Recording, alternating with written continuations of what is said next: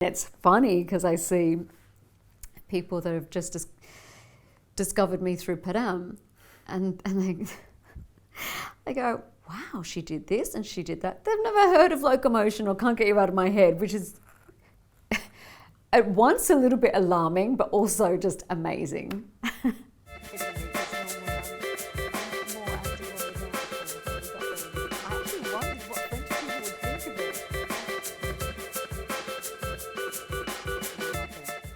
This summer, you have succeeded to catch millions of people's attention with two words, Padam Padam. Were you surprised by the echo, the impact of this song? I was completely blown away by the success of Padam Padam, the reaction, the way so many people were taking ownership of the song and making it part of their life or part of their experience. I mean, every song release, I have nerves and excitement, but I can honestly say I did not see that coming. So it was a total thrill, and to see it, you know, hour by hour, day by day, happening right in front of me, it was brilliant. Yeah. In France, we love these two words, Padam Padam, because of Edith Piaf. Yes. Did you have that in mind when you were recording the song, or maybe writing the song? Yeah, I didn't write Padam Padam, but obviously when I saw when it came in as a demo, as a pitch for me, I saw Padam Padam and I thought, the only Padam Padam that has ever been in my world is Edith Piaf, of course. So I didn't know if this was something to do with her song, or it was a surprise to me. As it transpires, I think the only similarity is the title. And I actually wondered what French people would think of it. I thought, I didn't know if they would be d'accord with all of that, but it turns out we all love both Padam, so it's okay. Yeah, we've seen people last night in Silencio and they love it, so yeah, you don't have to be worried. And also, I mean, there's many crazy things have happened in my life, but one of them is being mentioned in the same sentence as the great Edith Piaf. That's crazy to me. Yeah. It's been viral on TikTok. Do you think you will see very young devotees in the front row of your shows now? Very young people coming? Because there is a new audience with TikTok. There's a new generation and it's just so brilliant. Like, I am very aware that this is an amazing time where fans who've been with me for years and years, are enjoying this moment for me and with me. But then this next generation, I mean, you know, in the 20s, teenagers, kids, it's brilliant. It kind of reminds me of when I started and I had multi-generation. I think I've always had kind of multi-generational, but to have this kind of new gen, loving it and just being, you know, they're so open-minded and so accepting of someone, me, at my age, being, you know, just embracing that, which gives me more energy. It kind of feeds itself. It's a great moment. When you and it's funny because I see people that have just discovered me through Padam, and they go, wow, she did this and she did that. They've never heard of locomotion or can't get you out of my head, which is at once a little bit alarming, but also just amazing. Yeah, but this is a good sign because you can have 3 different generations in your shows now: grandparents, parents, kids. Yeah, and it's truly a pleasure to see that. For me to look out in an audience and see that, you know, multi-generational, multi-generations in the audience, and I mean, it's something I've always very naturally celebrated, is diversity within my audience. And it feels like we're continuing down that path. So that's like satisfying in a different way than having the musical journey, the musical success, but actually speaking to that many people across the board. It's amazing. It's been a hit this summer, but it's been also a gay summer anthem. Mm-hmm. And you always have had a big fan base in the LGBTQ plus community. Mm-hmm. When was the first time when you realized that the messages of your songs had such an important impact in this community?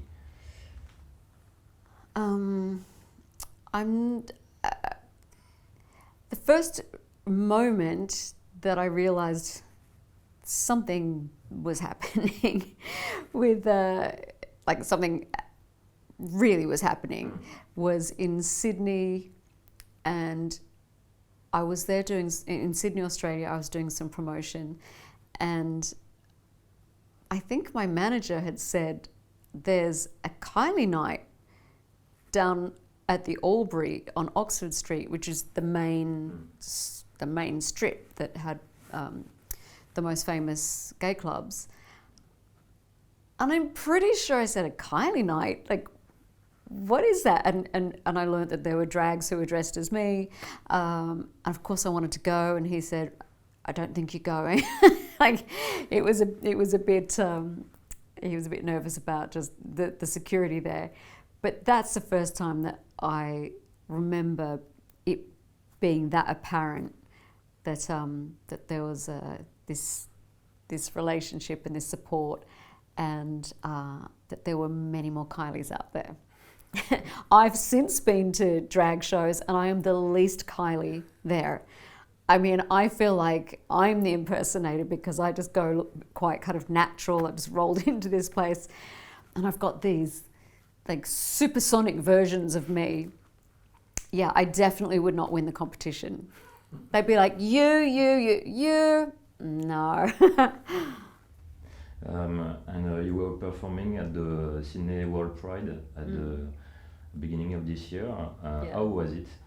Oh, it was electric. It was amazing. And the bonus performing at Sydney World Pride was my sister was a surprise. So at the end of my show, she popped up as a surprise, and we got to finish my last song together. Wow. And she's a huge ally for the community as well. So to have two Minogues, it's a bit like seeing a unicorn. They still are like, is this really happening? And we don't do too much together, so there's still that element of surprise and celebration. Mm-hmm. Your new album, Tension, is fitted for the dance floor. Mm-hmm. Was it a name, a goal at the beginning of the process? Tension? No. Tension, we didn't even start the song with the title Tension. The song began, I was with 5 other writers. We were all going kind of crazy in this makeshift studio, and it turned into Tension. And then it's one of those, and all of us talk about it. This moment of the day of writing Tension was it's just one of those days. The energy was amazing, the input was amazing. We got 2 songs that day, both of which are on the album, and they're completely different. But Tension was definitely a moment. And then I loved the title. When it came to choosing the album title, it did stand out as the most obvious one. I had a little hesitation for a minute, thinking, does Tension sound negative? But thankfully it hasn't been, fans just took to it straight away, said, oh yeah, Tension, we can't wait. Okay, good. There is a new song named Things We Do for Love. Mm-hmm. And so what was the craziest thing you did for love? Where do we even start? I dread to think. I would say in a kind of not fun way, the craziest thing I've ever done, and I think, so many of us are guilty of it, is kind of adapting yourself to be what you think the other person wants you to be. So you lose your true version of yourself. So that I will never do again, hopefully. But I've also done a bunch of dumb, wacky, nothing that's had a terribly bad result. But yeah, we definitely do some stupid things. Yeah.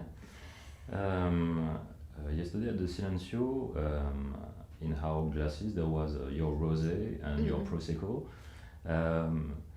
Did your wine business reinforce your link with France? Yeah, I have such a strong link with France, and because I've been here these few days, I've been talking about it a lot. And I think, when I first came to Paris, would have been my first stop ever in France. And I came across some photos not too long ago, I should put them up on socials, standing at Place de la Concorde, looking up at the obelisk there, and there was a film crew with the old, big cameras. I remember just feeling so glamorous and so inspired. No idea that I would have such a long relationship with France and be so, it's played a big role in my personal development. And I think artistically, just that there's a reason artists are drawn to this city. And I'm just another one of them. Mm-hmm. What did you learn in your personal development in France or talking with French people? I was spent the first time that I spent an extended period in Paris was in 1991. So it was like my club phase. I remember having a tiny little English to French dictionary, and that's when I could read super tiny things as well. So what's that? I had a young enough brain. I was absorbing everything everywhere. I was just saying to one of the team here today, I said, when I'm walking in the streets and pass over the metro, there's that smell, and it takes me back to being 21, 22, really like the feeling, part of Paris and discovering so much. So that would be where a lot of my kind of formative, it's part of my formative years. And then again, when I was going through a very, much more difficult time with my treatment for cancer, a lot of that was in Paris as well. So I've had many different experiences in this city. Okay. Talking about your wine business, your wine is sold in Australia, UK, and it's a great success. Are the others wine producers seeing you as a challenger now? Possibly. What I've learned so far about the wine industry is it's like the music industry. You support each other, but there's a competitive aspect, of course, otherwise your business will go under. You need that to survive. But I am a fan of a lot of different winemakers. Now I get to meet them. I was at the Pro Wine Fair in Dusseldorf, and I went to the French section, and you've got your superstar rosé makers, and I felt really I felt welcome, which was good. So there is the competitive element, but I did feel welcomed within the greater world of wine, because that's people's passion and their living. So it's been a fun journey of discovery, this other business.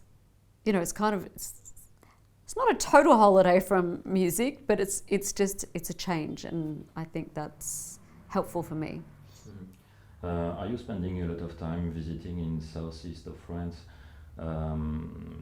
wine domains, tasting wine, meeting people producing wine? Yes, I can tell you that when I go on my wine trips, they're intense because you you do a lot of wine tasting, you do a lot of talking, you do a lot of eating.